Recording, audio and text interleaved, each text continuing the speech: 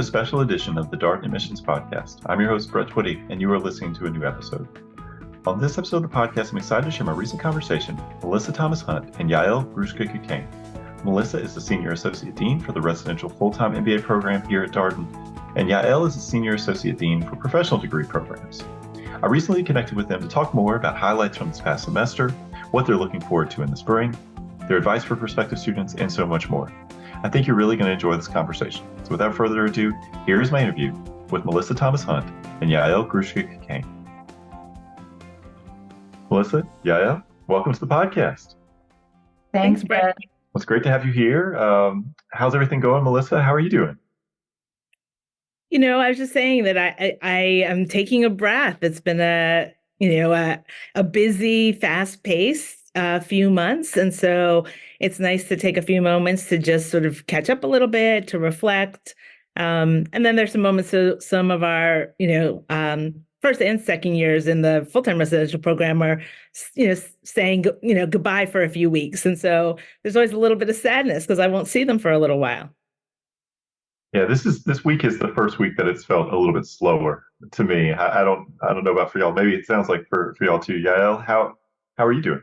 Yeah, the same. It's been it feels like we've been running straight for months, and it's nice to feel some closure and some stuff. So I was teaching both our residential and our MBAs. Actually, at the same time, I taught the same course for both audiences, and it was kind of nice to progress with both audiences. And now everybody's, as you say, folks are on a break. The term has, I think, actually technically today is the end of exam period. So everything is due today for them, right. Which just means grading for us, but that will wait. So yeah, it's nice to have this 2023 come to a slow end, but it feels good. I'm excited about what's lying ahead. Well, thank you both for taking some time out for the podcast. Thought it would be fun to look back on what's been as noted, busy fall semester here at Darden. So before we get too far into that conversation, though, I want to give our listeners a chance to learn a little bit more about you. So Yael, can I come to you first? Sure. I know you've been on the podcast a few times, and long-time listeners know a little bit about you. But for folks who are new, tell us more about you, your role, and what you do here at Darden. Of course. Thank you, Brett, for always inviting me back. I feel like I haven't, I guess I was a reasonable guest if you keep inviting me back. You'll soon hear, actually, that both Melissa and I joined Darden at the same year, so we always like to highlight this when we're in these settings. 2009 was a good year for Darden. Both Melissa and I were joined together. We were the only two faculty that joined that year, so it kind of bonds us together. So I've been here at Darden since then. So I guess this is our 15th academic year, I guess. I came here straight out of PhD. So I completed my PhD at the London Business School, where I studied management science and operations. And my area of expertise here at Darden and in general is a field called decision analysis. At Darden, we call it quantitative analysis, which has some historic reasons for that name, but it's one of the only places where we really separate operations from decision analysis. And actually, my work is kind of on the boundary between the two, because I also do a lot of project planning and project management, which historically has been considered more of an operations area of expertise. But I do everything to do with strategic decision-making, forecasting, understanding risk and uncertainty, a lot about forecasting, especially in the context of projects. So how do you plan complex projects? How do you use, let's say, AI in that context, and so on. So that's my academic background. And then on this call, I'm more in my role here actually as a Senior Associate Dean for our professional degree program. So Darden offers several ways to get an MBA. We really offer primarily an MBA degree. Melissa will tell you on one way of getting an MBA, which her students experience, but the students that are under my responsibility are the ones that have full-time jobs and are taking their academics on in addition to, or in kind of more of a outside of the normal hours kind of framework. So students who take the MBA curriculum in the evenings and take classes, or on the weekends with our executive format, but eventually get at the same place and obtain their MBA. Another program that is under my responsibility is an MSBA, a Master's of Business Analytics, which is a degree that we co-teach or co-deliver, I would say, with UVA's McIntyre School of Commerce. And the majority of the programs that are under my responsibility are delivered in Northern Virginia, where you most of the time are, and I think you are there right now. And I'll stop there. Yeah, that's right. Greetings from Sans Family Grants here in Roslyn. So, Yael, you mentioned you taught project management to both residential and the executive MBA students this quarter. Any other classes that you teach that you would want to note here? Most years I teach some decision analysis core class, depending on the audience. Sometimes it's for the MBA, sometimes it's for the residential. In the past, I've taught data science, business kind of more of a business analytics or applied analytics kind of courses. This year, I'm only teaching project management because I'm also going to teach a section for the part-time. So I have 3 sections for each one of our formats. So it kind of ebbs and flows throughout the years. I kind of experiment with a few other things, and I'll give a teaser, so we'll talk about it later. But we also teach and we accompany global trips, and both Melissa and I will tell you about that later in this conversation. All right, something to look forward to. All right, Melissa, tell us a little bit more about you. Who are you, and what's your role here at Darden?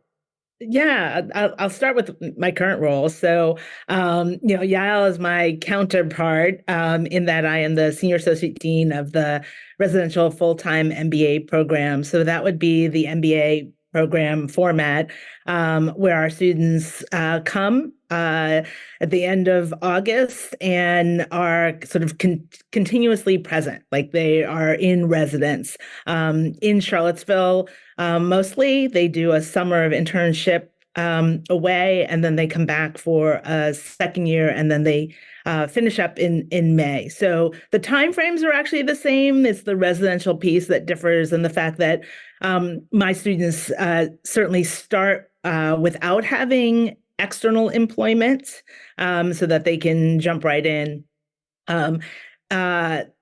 So Yael said that we started at the same time, which we did. Our paths are a little bit different. So when I came here, I had been on the faculty of a couple of other places already. So I had been at WashU at the Olin School, and then immediately before coming, I had been at Cornell in the Johnson School, and happily came down to Charlottesville and to Darden. Interestingly enough, the primary reason that I was recruited at that time was to continue the legacy of negotiations teaching at Darden. And so came down and primarily taught negotiations, and then over time started teaching more of our core leadership and organization classes. And did that for quite some time and taught across the format. So taught in the executive MBA format as well as the full-time residential program.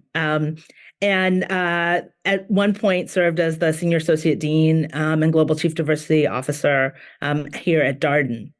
I then took a little bit of a hiatus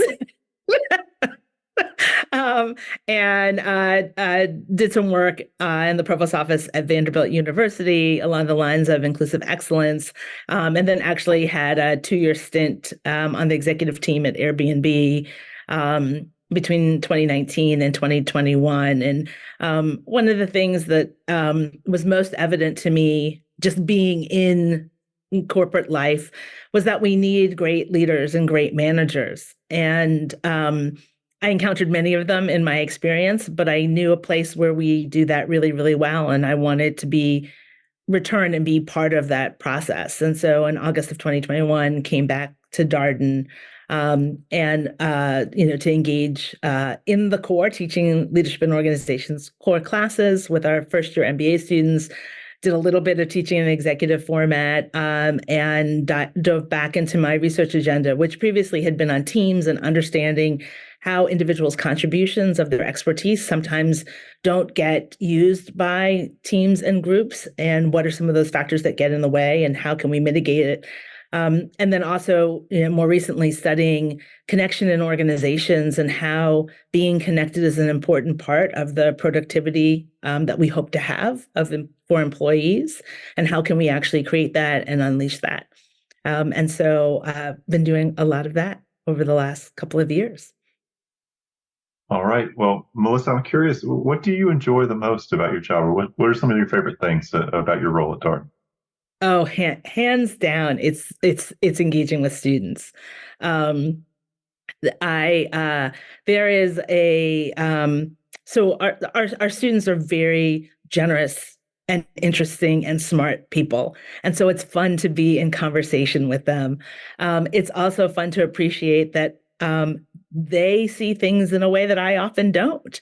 And it's refreshing to have, respectful civil dialogues and to learn and grow, and hopefully for them to learn and grow. And I'm talking about outside of the classroom, not just inside of the classroom, but to really form what are, lifelong relationships with students and to be able to celebrate their successes over the time that they're in the program, but then also beyond. So hands down, engaging with our students is really the thing that's rewarding. It's the thing that gets me up in the morning. And when there are tough days and, we have long days and there's lots of work and lots of partners, knowing that we are ultimately here to educate and serve our students is what keeps me going. Yeah, same question for you. What's your favorite thing about your role? Yeah, I mean, I think that I think it would be hard to find a faculty at Darden that didn't say the students, meaning we do definitely pride ourselves in having extraordinary students, and it's a relatively small community, I would say, even with the fact that we have 2 locations and we have several different formats, it still feels pretty intimate in how we conduct our classes and how we get to know the students and just how we think about ourselves, including after they graduate as alumni. So it feels like it's just one extended family, a large family at this point, but an extended family. And so I definitely love the interaction and the relationships that I form with new students, with graduating students, students that I've had in my classroom, students who I get to work with more as an administrator, and our student leaders are always just so wonderful in how they give back to this community that it really gives us energy every day. I've enjoyed working with Melissa and working across the leadership team at Darden with other members of our leadership, both faculty and staff, trying to understand what does the landscape of the MBA look like tomorrow or in 3 years or in 5 years, and what does Darden continue to do or think about doing differently? And there's no real quick or easy answers to that, but those are actually sometimes very challenging questions, and I feel like I have good partners in trying to figure that out. So yeah. Well, and I'll just say that so Yael has been in her role longer than I have been in mine. And I benefit from her ability to have been around some corners that I haven't been around, and to give I would say gentle guidance, but for those who know Yael, it's usually direct. But very much appreciated and helpful. And also, like, it's important that we also center our faculty members and our colleagues and understand, because they're so committed to what they do, understand their perspective and the larger context for like why we do things the way we do. Not saying that things shouldn't change, but we have to recognize and understand at least why we're currently doing them the way we are.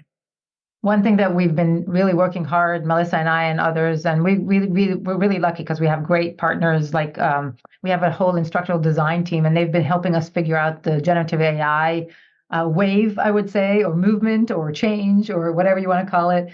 And so we've basically spent the whole last 6 months kind of trying to understand the implications for what does it do to higher ed?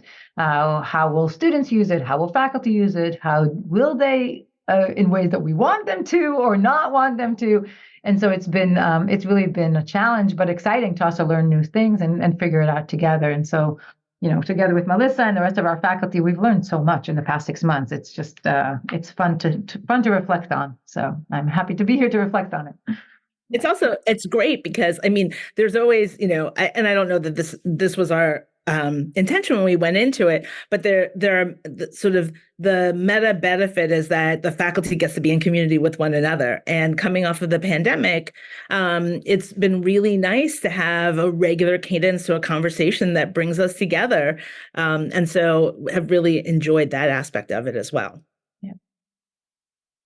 Well, I mentioned at the start of the conversation here that I wanted to give you an opportunity to reflect on the past semester and talk about some of the highlights from this busy fall semester, these past few months. And Yael, are there a few things that jump out to you when you think about this fall semester? Yeah, Yeah, there are a couple of things, and it's been a long semester, I must admit. I think it's been nice to see. So, as you know, Brett, and folks who follow your podcast can go back a couple of years. Our part-time format, the evening format, is fairly new or a young format, I would say. We only have a couple of generations in the house of students that are following that cadence, and it's been nice to get more of a critical mass. We now have two generations. We have first years and second years, so it feels like we have a community. We've structured their schedule so they can so they meet in person on site in the same weeks, and so that they can get to know each other. And next year we'll have a third cohort. So like it's nice to see those generations come in and that community become more robust. It gives them a sense of belonging. It gives them a sense of community, and it helps us make them feel as Darden as possible. So that's been super nice. It's also been nice to see. We've been working very hard across the whole organization to align calendars to allow our students to take courses with different format students. And so there are some students who travel up to DC to take classes with the executives. There are students who are taking between the part-time and the MBA coming down to Charlottesville for what we call a J week in January to take intensive courses. So we have a whole cross-organization exchange, and that's great. Again, closing the gap and creating more of a tight community and things that it's been very nice to see come together after a lot of hard work on behalf of many people. And then finally, I would say, as mentioned, this has been the year of AI and generative AI, and I do some work in the area, so it's been nice to see the enthusiasm. We had a big AI conference just a few weeks ago in Sands Family Grounds, and it was exciting to listen to the conversation, some big questions that emerge around business and how businesses are going to embrace AI, where are the boundaries and the limitations going to be, what is the role of the regulatory body, how do we here at Darden with the ethics that we teach and our mindset that is centered on values and responsible leadership, what is the role that we play in that next generation of leaders? That's been a very active front, I would say, and maybe it relates a little bit more to my research than my teaching, but it's been nonetheless very exciting to be part of. Yeah, we're recruiting the third class of part-time MBA students right now, as you mentioned. And when the first class started, just kind of excited to see them get started in the program. They're now entering quarter 9. They will have their second week-long residency in Charlottesville in just a few months, and then they'll enter the elective period. And it's kind of exciting to see them get to this point and the calendar and see some of the electives start to roll out for these students. You did an episode about the initial sort of planning around electives for part-time MBA students. You mentioned the January term, the J term, where I think we'll have full-time, part-time, and executive MBA students enrolled in several electives during that January term, which is great. It's great. And it's really exciting to see how keen they are to get involved and to get to know the community and to embrace these opportunities. I want to say about a dozen, maybe 15 of them went to Italy earlier in the year, so they were able to go abroad. So our part-time students are really seizing these opportunities and experiencing more and more of Darden as well. And as you say, they're about to start their electives. I'm excited. As I mentioned, I'm going to teach them later in the year, and I think that they're very ready for it. So they'll be happy to get there. Yeah, I love the fact that. Oh, I was just going to say, my sense is that faculty are eager to engage with them and to teach them, which is always good to see. It's excellent. Yeah, I love the fact that you will have taught residential students, part-time MBA students, and executive MBA students all in the same academic year. That's fantastic. Exactly. It's a first for me, and I'm mixing it up a little bit, kind of to get that experience under my belt. Well, Melissa, same question for you.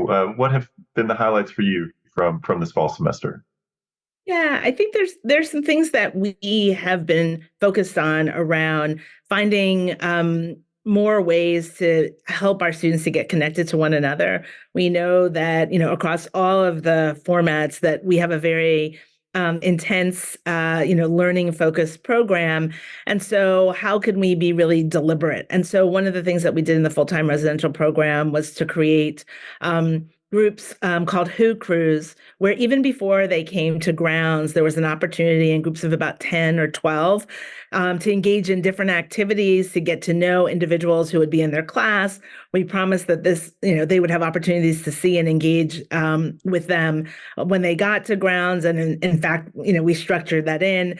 And so just creating more of a runway for social interaction, so that individuals know people. They have, not only their learning teams and their sections that they can rely upon, but there are some alternative places that they can go and gather support and have some fun. And so it's been nice to see, and we've also provided learning team mentors for all of our learning teams, and across the 2 quarters, the learning team mentors, who are staff and faculty members at Darden, have been planning little events, like sort of surprising learning teams with goodies, or having a pizza lunch, or just checking in on them to see how they're doing. Because, at the end of the day, we are a community that cares. And so just finding more ways, given the complexity of students' lives, to demonstrate to them that we are here for them and that we're supportive of them. And so I've been really pleased to see that come to light. Well, it's interesting to hear you mention the learning teams, the Who Crew. I also feel like, there's been some cultural shifts in terms of how learning teams engage with each other. I think it may seem small, but it's actually quite large. Historically, the learning teams met at night. But I think you've been encouraging the learning teams to meet during the afternoon, much more in the flow of the day.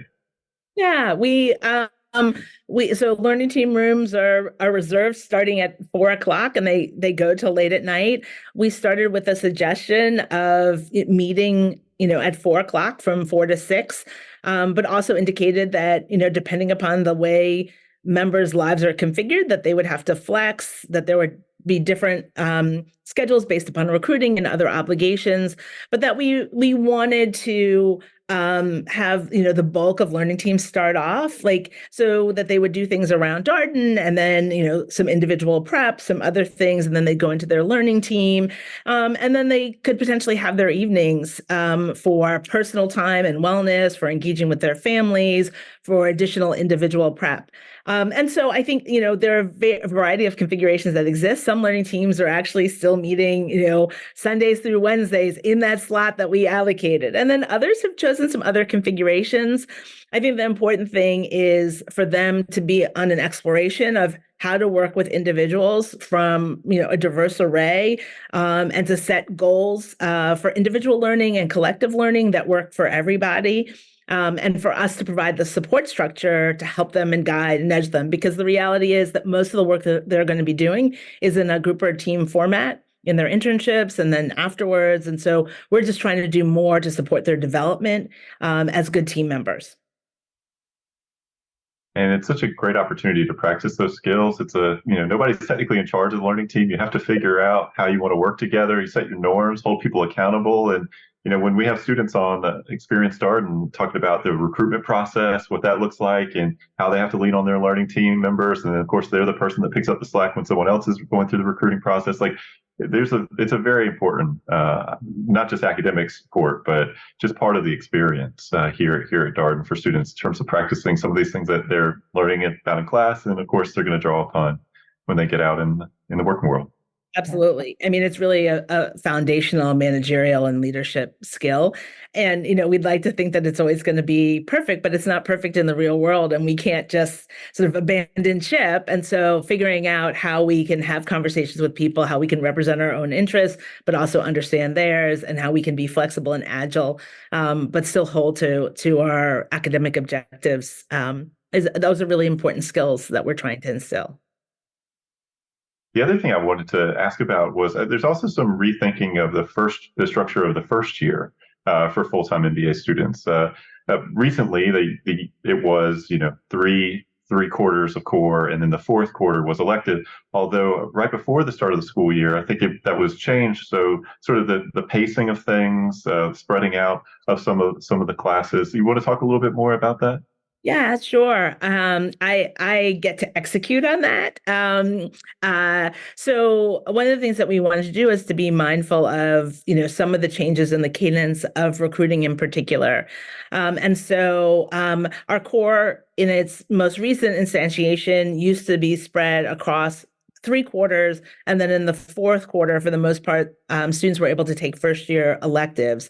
And to create more capacity in the fall, particularly in what's our quarter two, and have a lighter course load, so drop it down to 4 rather than 5 classes, that necessitated spreading the core classes out over the year. So now core classes take place in quarter 1 through 4. In quarter 4, there are 2 core classes and the opportunity for students to take a couple of first year electives. And we also created the opportunity in quarter 3, which is earlier than I think it's ever been, for first years to also take at least one elective class then.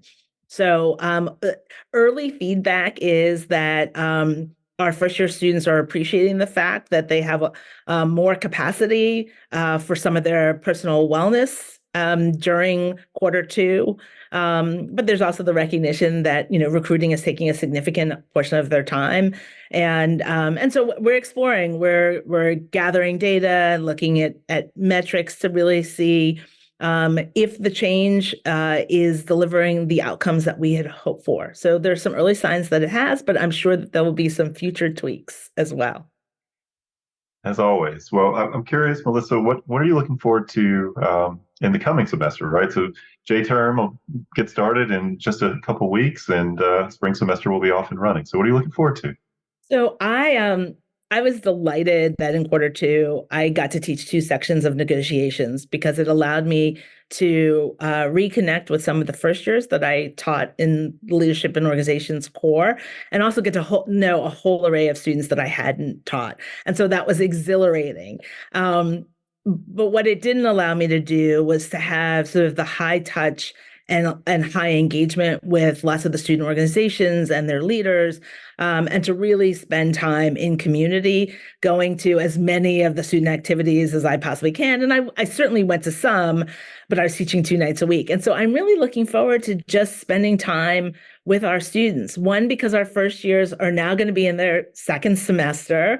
They know their way around. And I think they're going to be looking up to sort of see like what is next for them.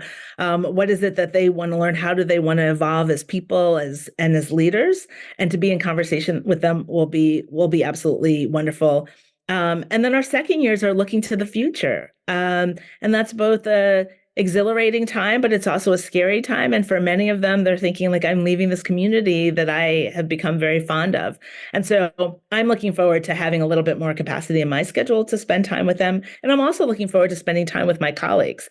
I just I haven't had a chance capacity to just walk the halls and pop in and have conversations and reflect with my colleagues. And that's just a really important part of what we do when you're in a community, so that you can understand how people think and how they're doing. And so I'm looking forward to that. Also thinking about Yael's comment previously, do you have a global course in your future? I do have a global course. I am super excited. We have lots of overlap here. So I am leading a Darden Worldwide course to South Africa in March. I have never been to South Africa. Our focus will be on transformation and change, and we will be in both Johannesburg and in Cape Town.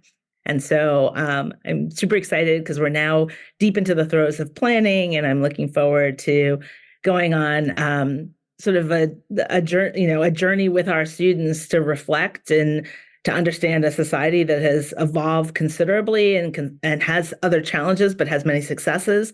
And then to reflect in like, what are the lessons learned for how we think about change and transformation, both personally, organizationally, and societally.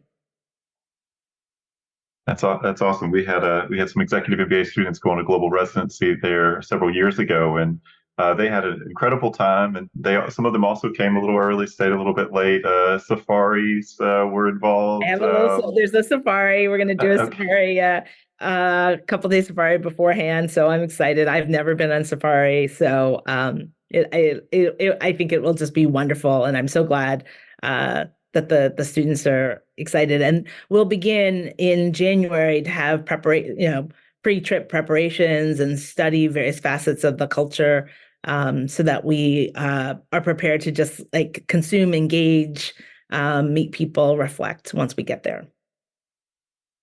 All right. Well, Yael, what are you looking forward to in the spring semester? Well, I am also going to South Africa, interestingly enough. I'm going with our EMBA students, indeed, maybe 2-3 weeks before you, Melissa. When are you guys? You're going mid-March, I think, right? So we're going the last week of February. So there's a group of just over 20 EMBAs who are going, and I'm going to accompany them. And I'm excited. I've been to Cape Town. I've not been to Johannesburg, and I've been very keen to do a safari. So I'm super, super excited about it. It's going to be a great trip. Very interesting, kind of similar to a lot of the themes that Melissa laid out. And then from there, I'm going to continue straight to Casablanca because I'm meeting a group of our first year EMBAs for another trip.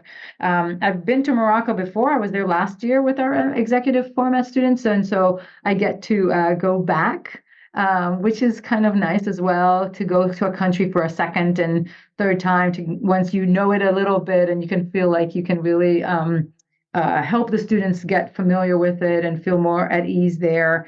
I'm excited about that and the opportunity that presents for me to go back.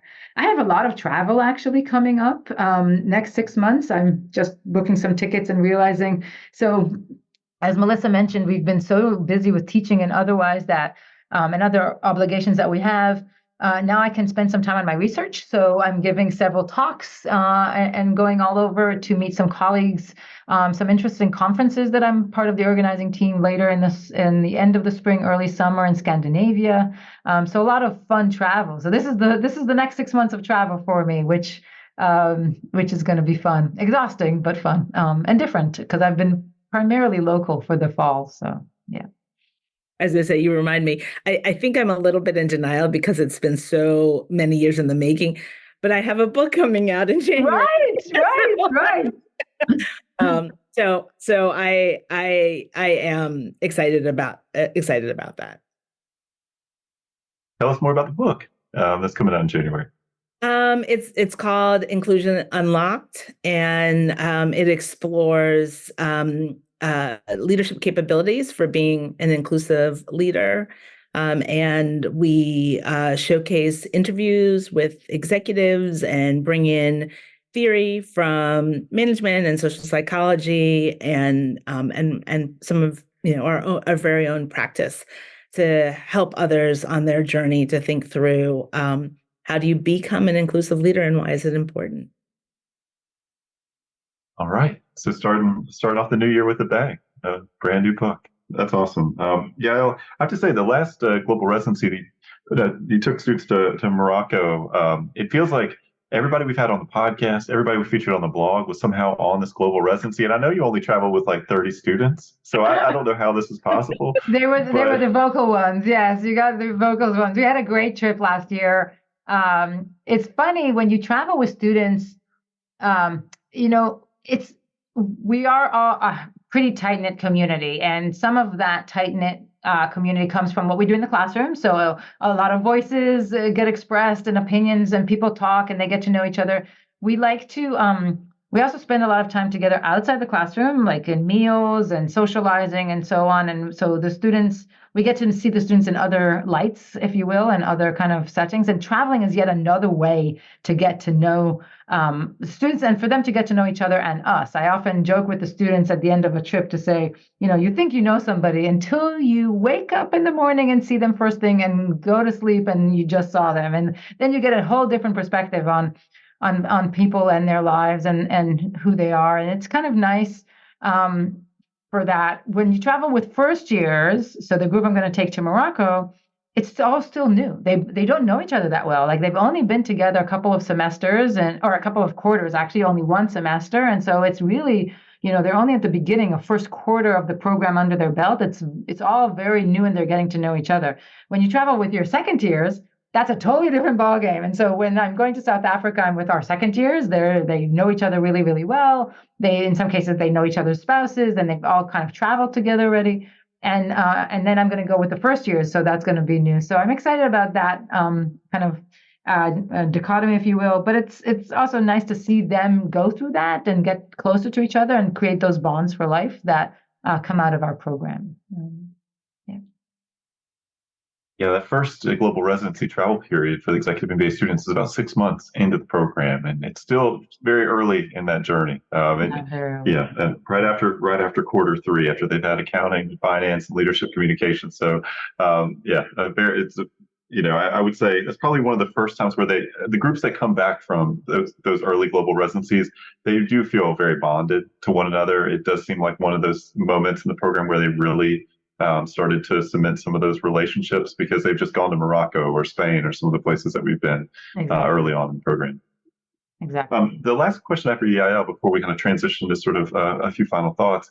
You will have taught project management to full-time executive MBA and part-time MBA. Do you think about structuring that class differently depending upon which of those audiences you're teaching? Or is it largely the same class, just different audiences? Yeah, it's a great question, Brett. By and large, it's similar. I do try and I am thoughtful a little bit about the time and the way that they have to study. So, for instance, our part-time students or our EMBA students, they're busy during the day, they work, and so they have full-time jobs. And so I need to be a little bit ahead of the curve in terms of prepping them and getting the materials out. And so whatever I need them to do in terms of prep for class or exercises or submissions, I need to be thinking about how that's going to be, how they can actually cope with it and how it will fit in with their lives.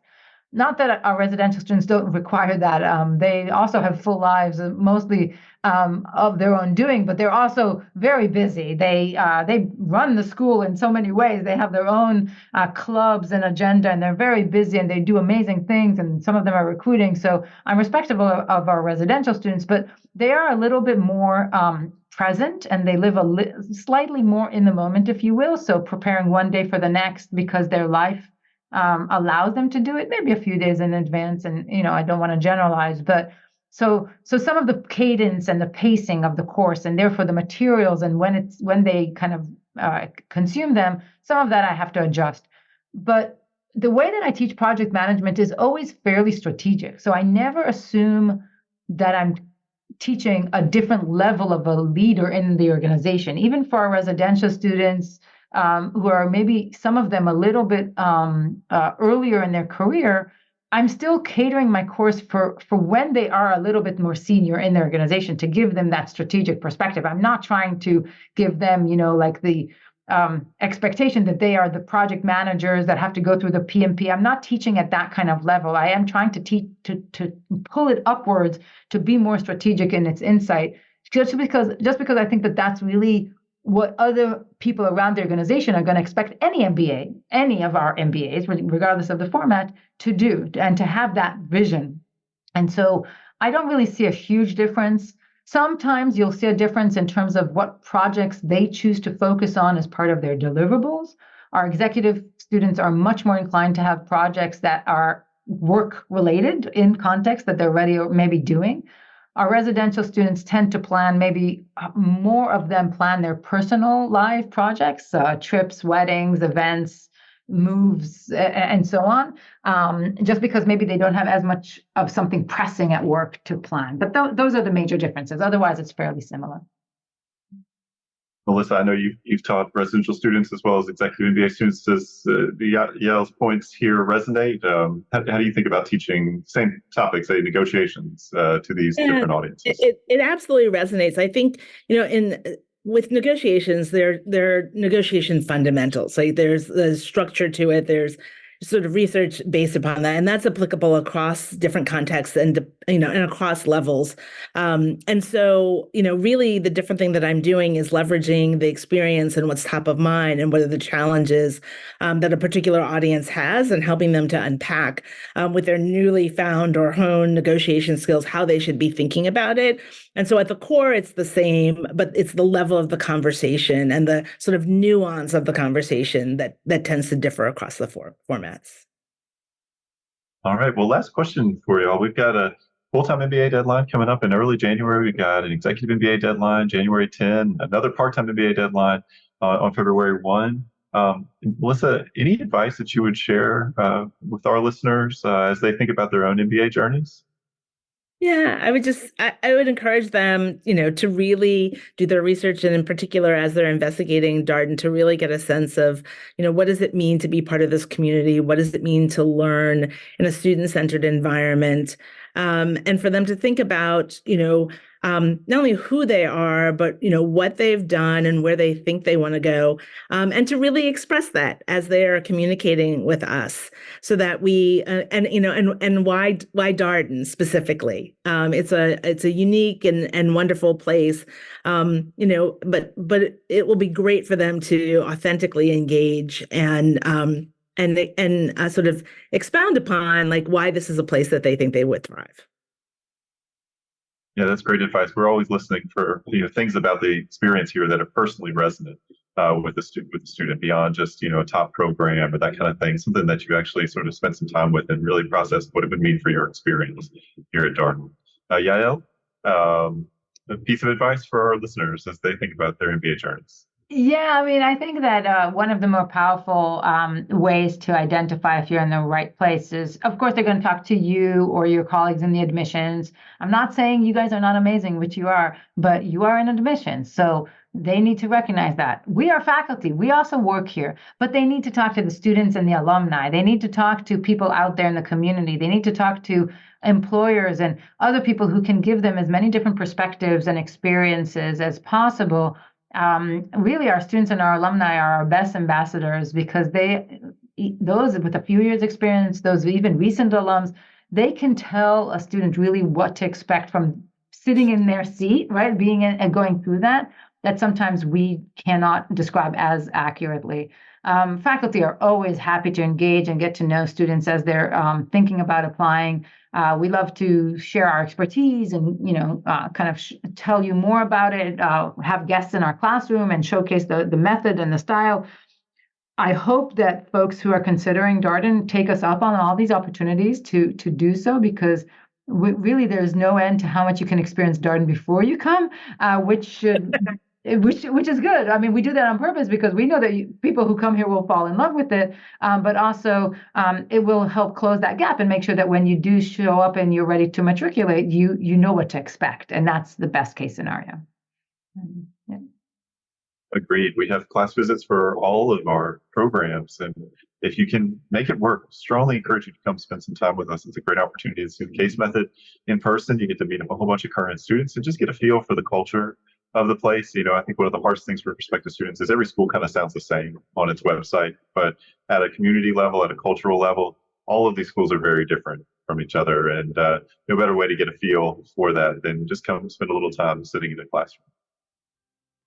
100%. Well, Melissa, Yael, thank you so much for coming on the podcast and for doing this effective year wrap-up show, semester wrap-up show. It's been great talking with you, and I hope you and your families have a very happy holiday season. I feel like we're like the frequent hosts on Saturday Night Live. They bring us in for the Christmas special. Brett, thank you for having us. Thanks, Brett. I appreciate it. You have a restful break and happy holidays. Happy holidays. And that was my interview with Melissa Thomas Hunt and Yael Grushka-Cockayne, two senior associate deans here at the Darden School of Business. As always, if you have any comments, suggestions, requests, anything you'd like for us to cover here on the podcast, we're all ears. We can be reached at Darden, that's Darden, @virginia.edu. Till next time, stay safe, be well, and have a happy holiday.